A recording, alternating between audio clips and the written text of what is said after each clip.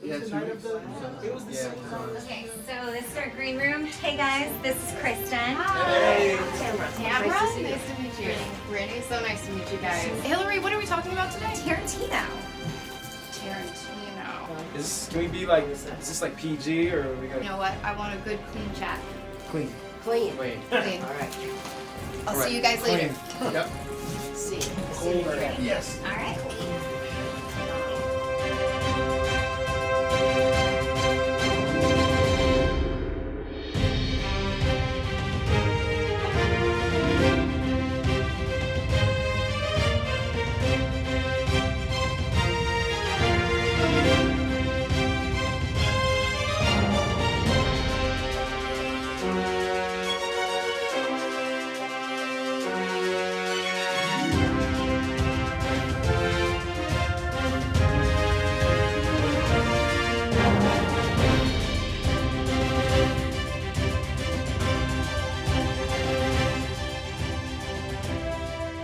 Hello, and welcome to the Z-List. When you are a stone's throw away from Hollywood, it's easy to feel like maybe you're on the B-list or the C-list, but we all know, honestly, if you're not on the A-list, you're on the Z-list. But we still have thoughts and opinions that we want to share and chat about, so we're here to find out what the Z-list thinks. Our topic today, we're going to be covering Quentin Tarantino.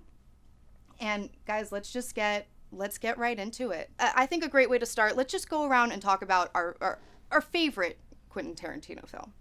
My favorite would be Inglourious Basterds. Really? Yeah, no. That's just the one that just kind of sticks out with me when it comes on. I just want to watch the whole thing through. So that's my favorite, but we can dive into plenty other more. Oh, yeah. Yeah, what's like a scene from Inglourious Basterds? Oh, What's your man. favorite scene? They're in like a valley almost. So you remember that valley, and they bring out Danny with the baseball bat, and he's banging it up against the inside the cave before he comes out.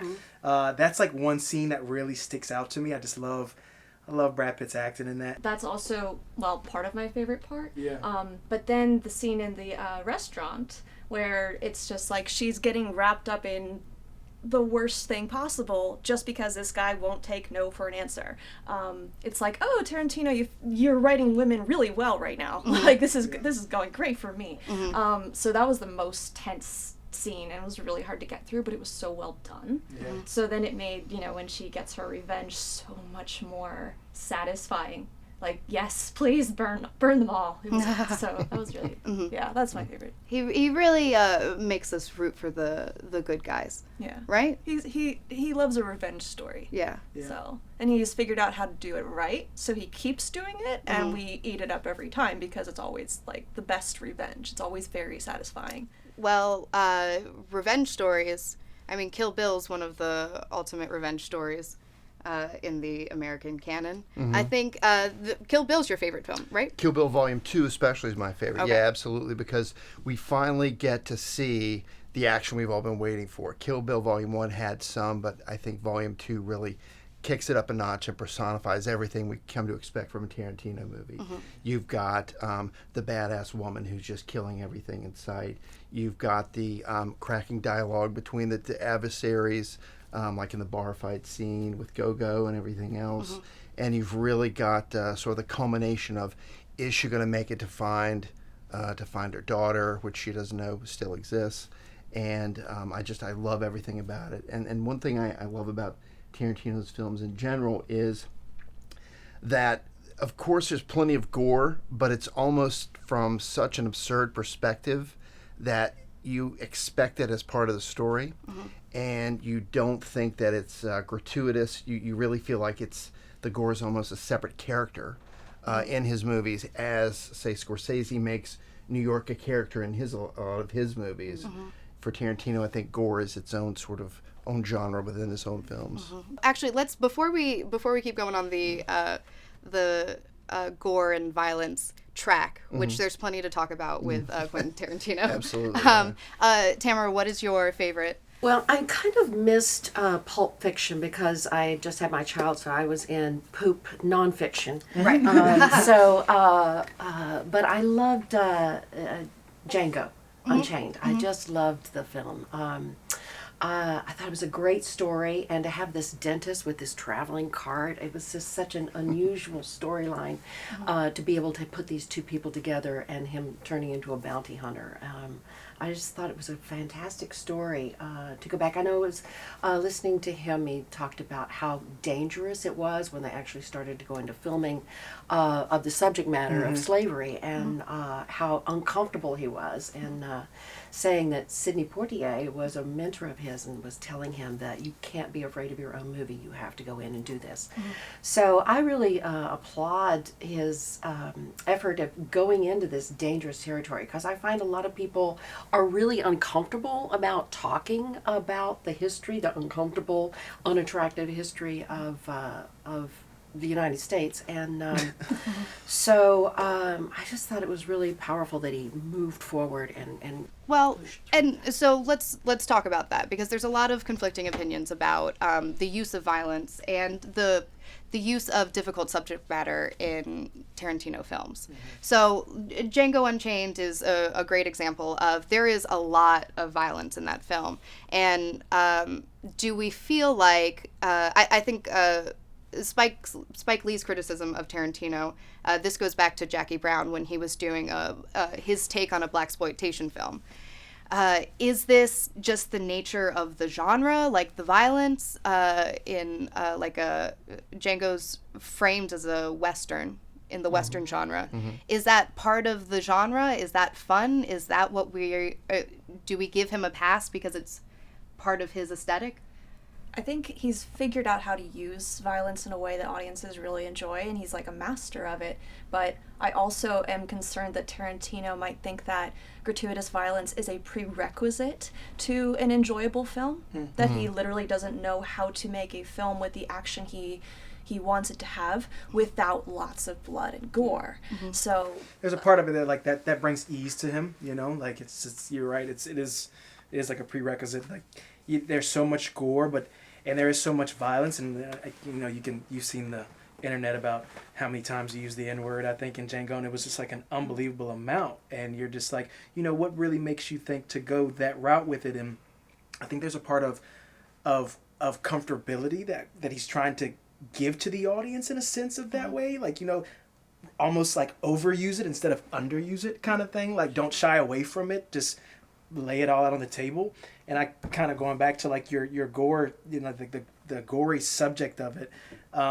Those were tough times. Put it all out there, and if not over, you know, make it over dramatic so you can kind of see like, damn, was it really that, you know, gory and that bad? And instead of sugarcoating it. And I appreciate what you said, because like it's his work, you know, it's not anyone else's work. He can do what he wants to do on it. If there's a critique behind it, then, you know, then that's your opinion. Well, do you feel like the way that we get his violence is over romanticized, or the use of it in a film that is entertaining to a lot of people?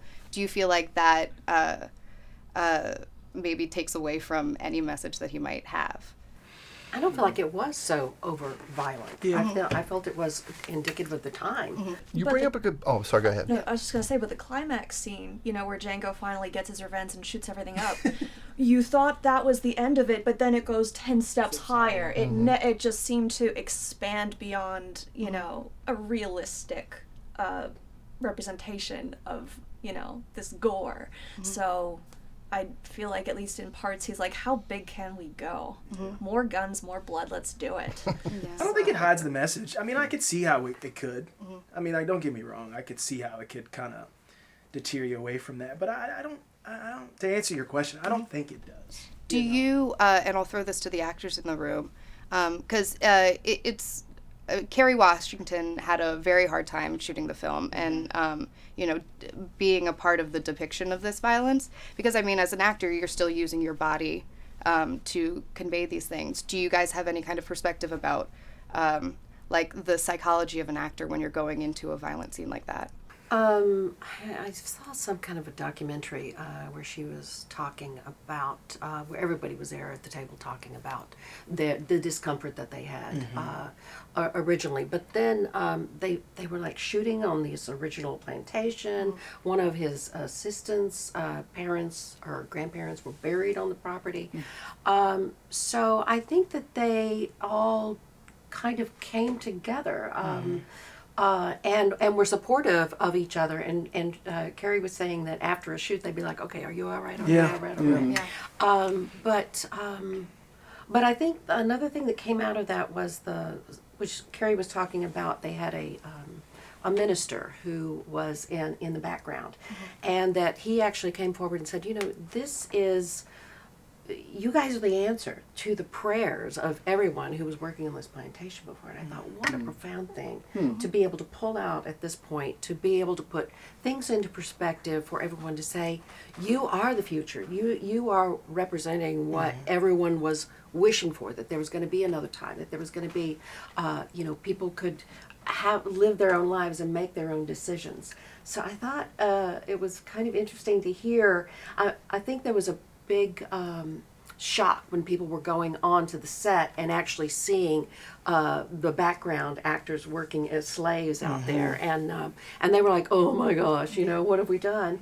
And then the background actors were like, "Oh yeah, we just came from another shoot that we were shooting. Oh yeah, I was slaving Lincoln, and I was doing this." And so they were just like, "This is what we're doing. This is what we do to represent this, and this is how we are paying our bills and supporting our family by working." And as an actor,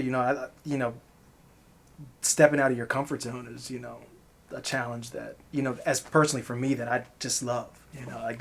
That's what gets my my boots going in the morning. I mean, I think if it's anything makes you so uncomfortable that you don't want to do it or don't want to be in a situation, then by all means, don't do it.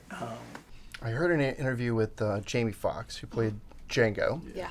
And he said his first day on set, they were on the slave set, and said they rolled camera, and Jamie's popping off his lines, ba-ba-da-ba-da-ba, and Tarantino goes, "Cut, Jamie, come over here and talk to me." And so he said he took him into a separate room, and he goes, "Look, you pulled up here in a Range Rover, you brought in a Louis Vuitton bag, and you're saying these lines like you're Mr. Cool. You're not Mr. Cool. You've got to get into that mentality. You've got to get in that place where those people were. You are beaten, you are down, and you've got to get in that space. And that's going to make your character even more redemptive, and the audience is going to love you even more when you get your revenge in the end." So Fox said it was very hard for him. It was tough for him to get into that mindset because he didn't have to experience that, but he said he had to get into that so that he could make the audience appreciate his character's ascension even more. Well, speaking of comfort zones, we're going to take a little break. We'll be right back.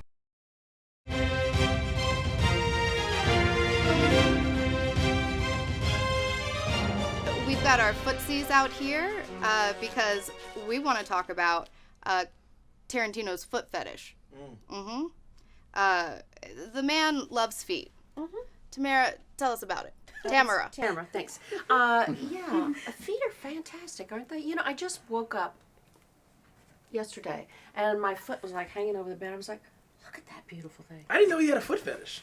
He had a foot fetish? Yeah. It just shows up a lot in his films. It's a theory, which is very fun. I'm similarly ignorant, so let's lay out the receipts.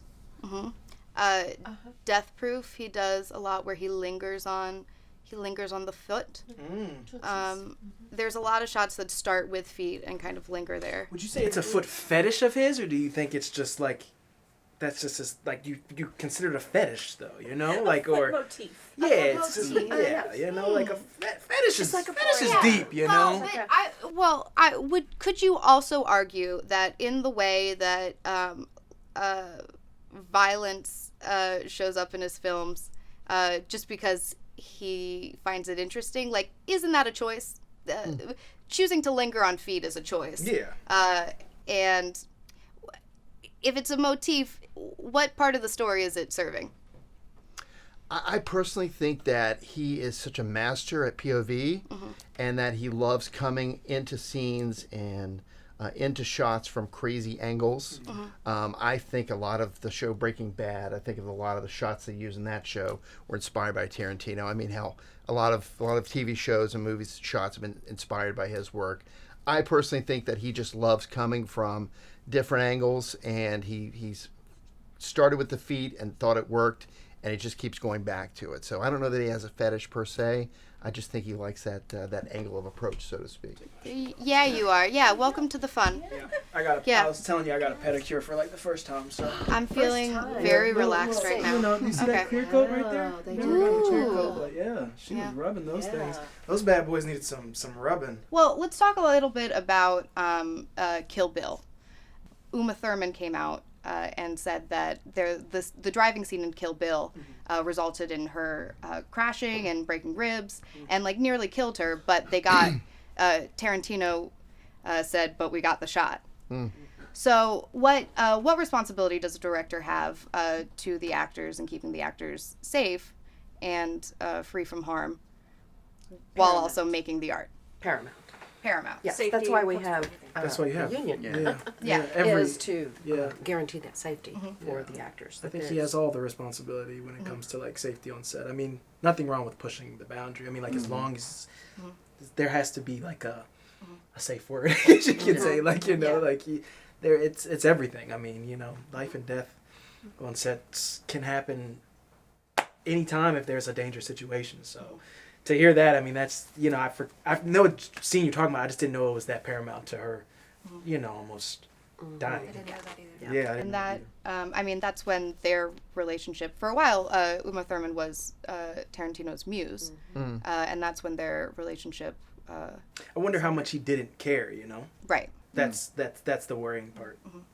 To end a friendship, a business friendship, and like something that could have been. I mean, Kill Bill is. I think he did care. I think he did. I think he, felt responsible and bad for that. Well, but here's also, I mean, he's a complicated figure politically speaking because, Harvey Weinstein bankrolled his films for a very long time. And it seems like he was aware of the sexual harassment that was going on. That foot fetish comes back. Yeah. Right. But he says afterwards that he feels that, he should have maybe said or done more than he did. It's the old boys club. They're going to protect themselves, and it's the boys will be boys mentality that we keep buying into, or that has been bought in for so many years, that is shifting now. But is that what we want from our art?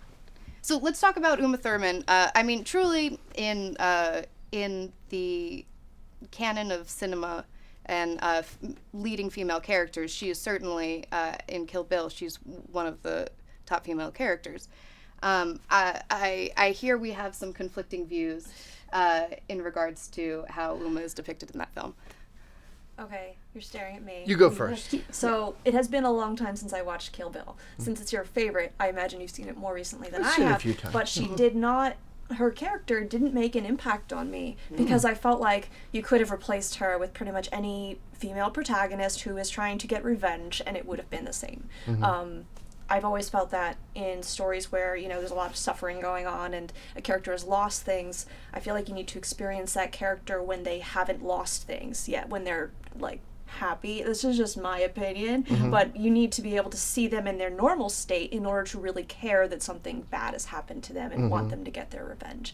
I didn't see that in her character at all. It was just a series of badass women kicking people's asses, which is cool. I like that, but it didn't make me care about her. Her character could have been any character, and it wouldn't have made any difference to me. So He could have dwelled a little bit more on the loss of her baby. I think that could have been a part of the story that he could have spent a little more time on. One of my favorite characters, probably my favorite character from the Kill Bill series, is Elle Driver, played by Daryl Hannah. She actually loses an eye, as you know. Yes. But speaking of safety, the scene, spoiler alert, the scene where her other eye gets taken out, when Uma Thurman rips out her other eye, Tarantino told Daryl Hannah just to play that however you want to. And she literally did destroy the room that she was in, just based on his freedom to just go crazy. And that was her actually acting out what she felt like that character would have really done. But I really loved Daryl Hannah's character in that. I thought she was a badass, but she was also very methodical and plotting, and she had no loyalties to anybody other than to herself. So I really enjoyed that part of the movie too. But there's some loss. Loss of an eye is a pretty big one to match her other one that Pai Mei ripped out too. I think Tarantino creates a kind of mythology within his films, and that's what we're dealing with in that, a genre mythology. Any thoughts? That is true. I mean, if you're looking at it from a broad scope, it makes sense. Like, you don't really need to know the details of someone's personality when they're part of a myth. But at the same time, like, as filmmakers, we need to get people to care about the characters, and we don't really care about, you know, just a concept of a character. Well, and also, this is coming to me now, how many of Quentin Tarantino's female characters aren't hot, like aren't babes? How many women, even, let's talk about even side characters, how many of them aren't sexualized? Yeah, a good question, because you're right. They're all bombs. They're Bombshells. yeah. Yeah, they are hot. Yeah. Well, we're going to take a quick break, and we'll be right back.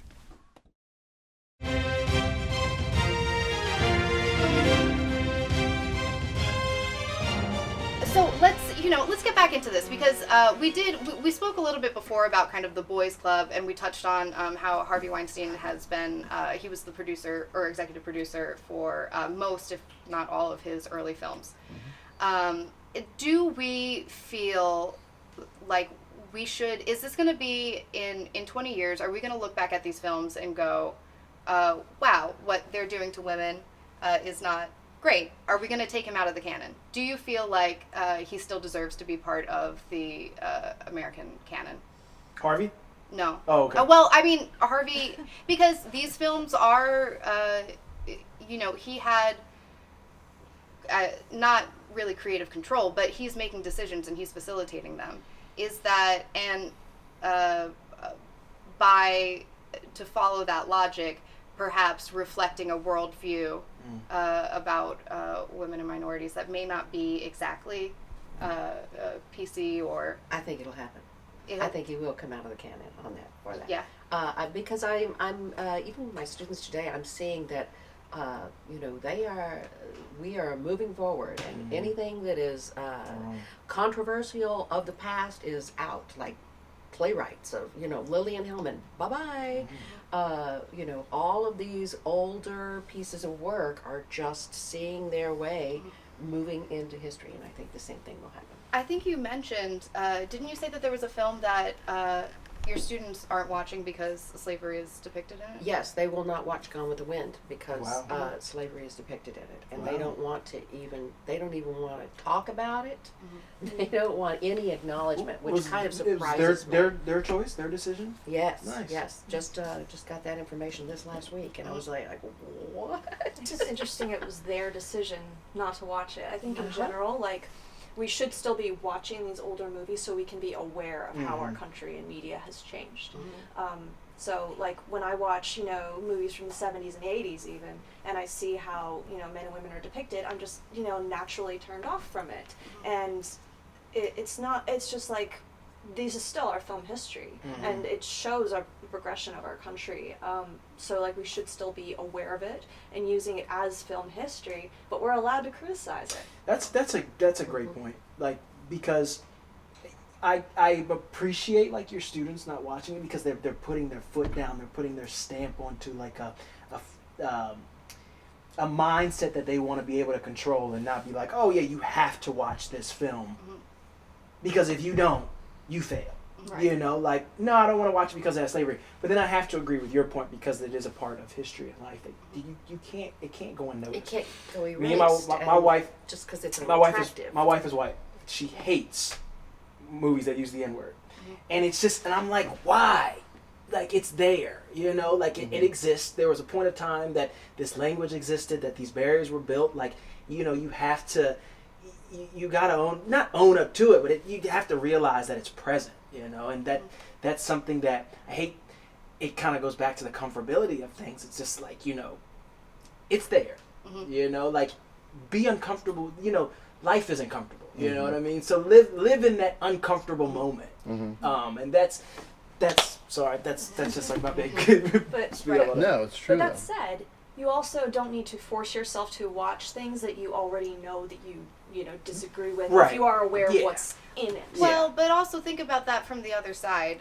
Like, you know, there are a lot of films that I think articulate a different perspective that I would love for very close-minded people to watch. So, you know, when we're on both sides of things, whether it's a more progressive or a more conservative stance, don't you think that we should still put all this in our heads, so we know the conversation that's being had? Yeah, but I I guess completely agree. I think unless you're challenging your own views, whether those are right or wrong, if you're not challenging your own views from something that makes you uncomfortable, you're never going to grow and you're never going to see that perspective. I think we have a lot of that today with people sort of self-censoring the news they get on the internet. They only go to one source or another source. And if they never look outside, then their worldview is going to be completely reflected in whatever way they're making it. And you've got to expand.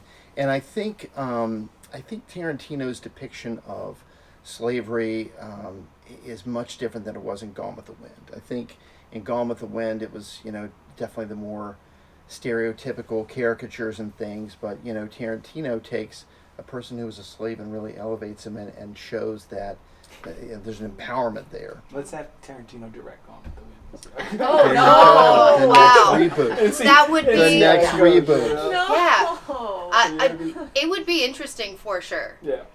I think it's very interesting, especially the subject matter that he chooses to put out there. I mean, we're still consuming these stories as entertainment.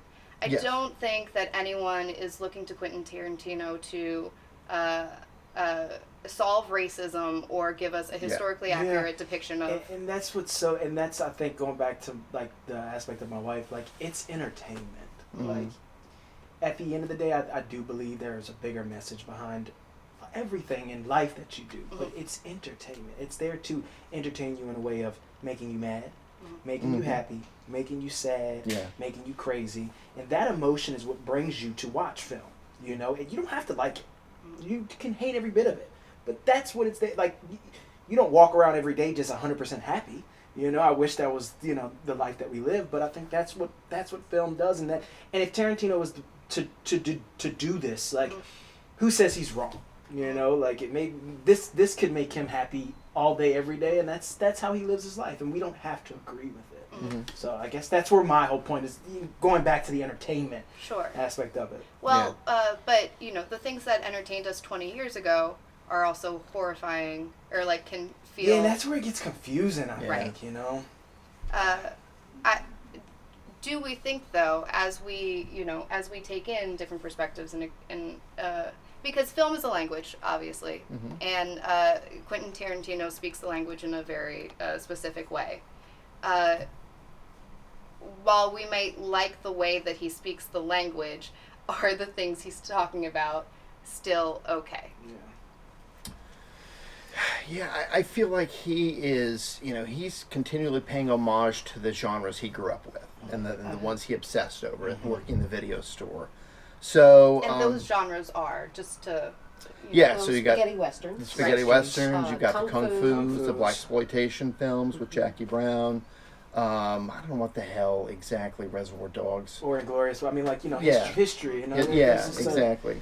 So he's visualizing it from a more modern perspective that pays homage, but also gives a little bit of camp as well, that recognizes that the genre had its own limitations. So I think he expands it in his own way. So, you know, unless he runs out of genres to reinterpret, I would like to see something. I know he's doing a movie coming up about the Sharon Tate murders. And Right, yes. Yeah, so... This is a great thing to... Hollywood Story. Yeah, Story. and I'm so bummed about that because Burt Reynolds was supposed to be one of the lead characters in that, and I'm a huge Burt Reynolds fan. So I don't know who took over the role, but I really want to see his take on that whole period of time. So I think he's got a lot. I mean, there's a ton of ground to explore, but I would, you know, to your point, like to see him come up with a unique perspective that isn't based on anything else and really push his comfort zone himself as a director Well, I think into he's a new. about to come into that. He is claiming to retire after his 10th major film, which we think is going to be this next Hollywood Story. And he wants to, are you ready? He wants to go into directing theater. Oh. I think I did read that somewhere. Huge shift. Let's do the gunfight for real now. I think Wow. I Yeah. did read that somewhere. Yeah, and wow, good luck. Yeah. I mean, from, Yeah. from all of the violence and the gore and everything to go, and I don't know what's he going to do, Shakespeare? Right. With all Well- the swords? I don't. I just think it's a fascinating Yeah. Yeah. that he's looking to see to wrap this up. It may it see. Now I'm gonna go back and watch Gone with the Wind and be like, oh, God, man, that shit was kind of racist right there. You know, like, and that's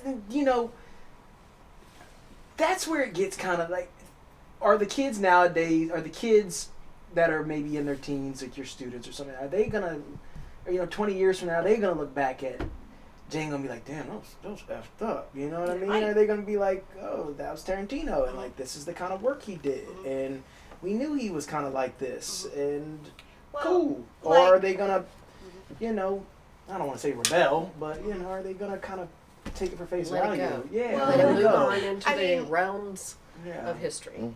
The This, vaults. this is part of film history too. Like D.W. Griffith made Birth of a Nation, which is about Yeah. the Klan. Yeah, Yeah. right. And But also demonstrably made the world a worse place. yeah, Right. Because cross burning wasn't a thing, wasn't a popular thing before Birth of a Nation.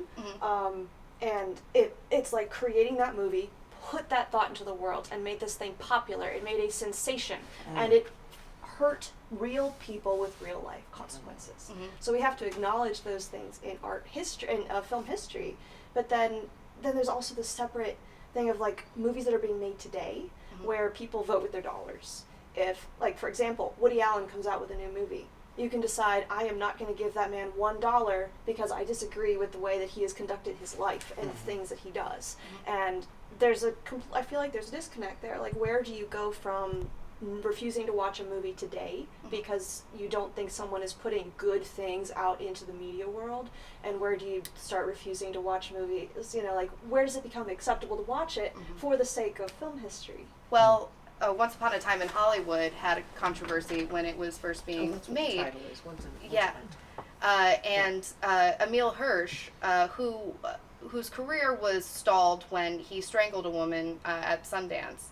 He actually choked a Paramount executive until she passed out, and there were charges made. There was a conviction and arrest, and Tarantino received criticism for casting him in Once Upon a Time in Hollywood, and this is only 3 years after the incident. So, do we feel? I mean, the way that you might vote with your dollars, taking an actor or casting an actor who has clearly well-documented history of violence, is that an endorsement that we're willing to live with? I mean, there wasn't much of a public dialogue when that happened until he was cast in Once Upon a Time in Hollywood. So, at this point, does that reveal to us some of Tarantino's ethics, perhaps? He is on record defending Roman Polanski, so that's a big. Yeah, Tarantino. He was on the Howard Stern. Yeah, he was on the Howard Stern show defending Polanski and basically saying, well, not saying she was asking for it, but that it wasn't that big of a deal. Oh, She was 13. yeah, no, that, and he 13 is years later, old. yeah, I remember Yeah. this. So he He- actually did issue an apology. He's for walked that. it back, absolutely, yeah. So, but to that point, I think Emil Hirsch is a pretty much line in the sand. I think that anybody could do, but you've really got to look at what you said. Do we want to boycott somebody based on their opinions, or do we want to put that aside and look at the art that they're creating? Because there's not a movie or anything else you can see that you're not going to have a disagreement with somebody related to that piece of work. So it's kind of hard to filter everything out if you want to isolate yourself and only see pre-selected movies that you think are going to fit your worldview. Then I don't think you're going to grow as a person either. But you also have to remember that movies don't exist in a vacuum. When we support a movie, we're supporting the people who created it and were involved in it. So if you go and you cast an actor who has a history of violence and didn't really suffer any consequences, and then you just say, you can still have a successful career. Keep casting this person. We love them. Here's my money. And, they say there's no consequence to doing that. We'll just do it again. and then people will continue to not even think about their actions because there's no consequences. So. What about if you see the movie, but then you start a Twitter mob against the actor? Does that balance it out? Maybe. In this day and age, what do you think? In this day and age of social media? I don't think there's going to be a balance out of it. I think it's a more closing in of the doors. You know, Steven Spielberg talks about, you know, it used to be that the door would open and to wonder and opportunity, and now I see we are closing the door to any kind of exposure to something that's alternate from what they're believing. Well, certainly Tarantino, I guess if there's anything to take away from his style, it's that he does wrap these uncomfortable things in a palatable way, and perhaps maybe pushes some boundaries. We've covered a lot of topics here. Does anyone have any last thoughts about Tarantino and our exploration of his oeuvre? I bet the story of Manson is going to be quite violent. I mean, it was Or already a not. hugely violent Or not. story. Watch it just not be. I would love to just, see. Just yeah. not just have it be, or not be so violent. Like Just that's show these yeah. murders in the most in most the most gentle way most possible. gentle way that you Yeah. can. Just don't be surprised. I mean, Just like, fade to black. why not be surprised? I would love to see Tarantino work with Johnny Depp. If he were to get anybody in his next film, I would love to see Johnny Depp in there, because if there's anybody in need of a career boost, the Tarantino bump, as they call it, I think it's him. You think so? Johnny Depp, even after he... Well, he's in real financial straits. I mean, you sell a couple castles, that means you're really hurting. So Yeah, he's hurting on that money right now. Yeah. But No offense, Johnny, I go back to Johnny Depp as What's Eating Gilbert Grape and those real acting things. I would like to see him get out of the the Pirates of the Caribbean caricatures and get back to some real acting. And I think Tarantino could really push him and bring it out of him. But Johnny Depp is also someone who has, faced public criticism for, I mean, not just public criticism, but his very public divorce with Amber Heard. It came out, there was a tape of him actually being very verbally abusive towards her. Is he also someone that deserves? I mean, it sounds like if anyone's going to reboot his career, Tarantino might be the right one. But It's very tiring, is what it is. yeah. All right. Hollywood hills are greenish brown, and everything seemed to be so strange. Coming from the coast again,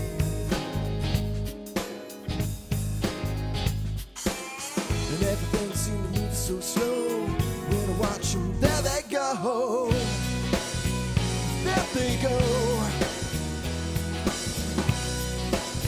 Walk around now, walk around my Hollywood hotel. They're so strange, my Hollywood hotel. And my cigarette half burned, and the smoke dances around my hand. The church sign's gonna light the sky.